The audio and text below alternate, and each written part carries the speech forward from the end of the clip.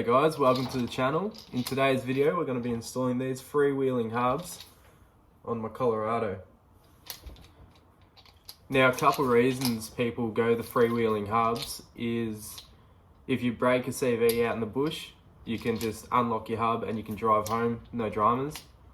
Some people say you get a bit of fuel economy savings. I don't really believe that, but we'll see what happens after I've installed it.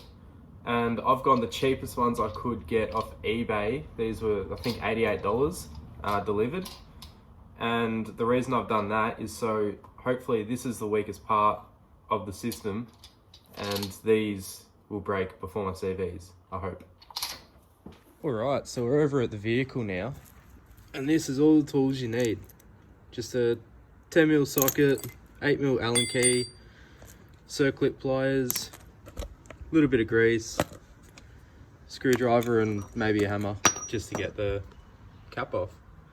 So let's get straight into it. First step, we'll just tap this cap off.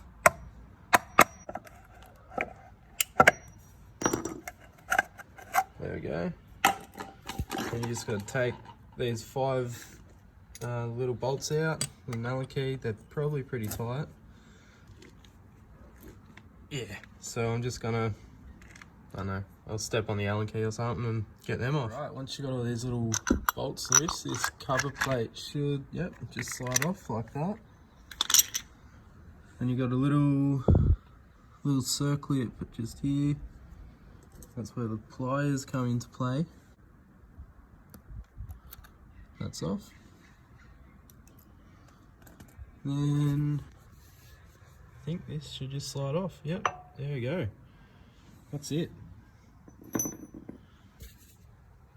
Now we put this on. Alright, so I've disassembled the freewheeling hub and now just slide that on there. Really the rest is pretty self-explanatory. Just insert the new bolts that came with it. I'm tightening up these bolts, just make sure you're going in a star pattern and just check twice, make sure everything's all Mickey Mouse. Then next step, we will chuck this circlip back on there. Just give them a little poke and you should hear it click like that. That means it's all located. It'll just get a bit of grease. There's already some grease in there, but better safe than sorry, just chuck a bit in there. Now the final step, you just want to make sure this gasket is not damaged in any way. And just locate him onto there. Do your bolts up and it's all good to go. It's only about a 5 to 10 minute job, both sides, depending how quick you want to move. These caps won't fit back on, unfortunately, but I'm not too fussed as I'm getting new rims, which you'll see in a later video. Thanks for watching.